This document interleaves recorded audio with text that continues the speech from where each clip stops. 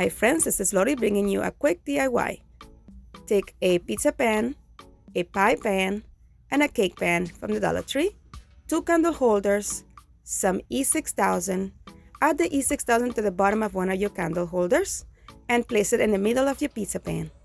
Then add some E6000 to the top of the candle holder and add the pie pan.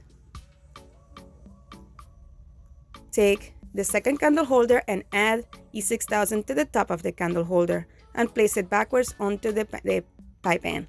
Then add some E6000 to your bottom and add the other pan. Take some spray paint, give it 2 coats, use some Mod Podge to seal it all in. Take some doily from the Dollar Tree, place it in your pan, and here you are, a nice tray.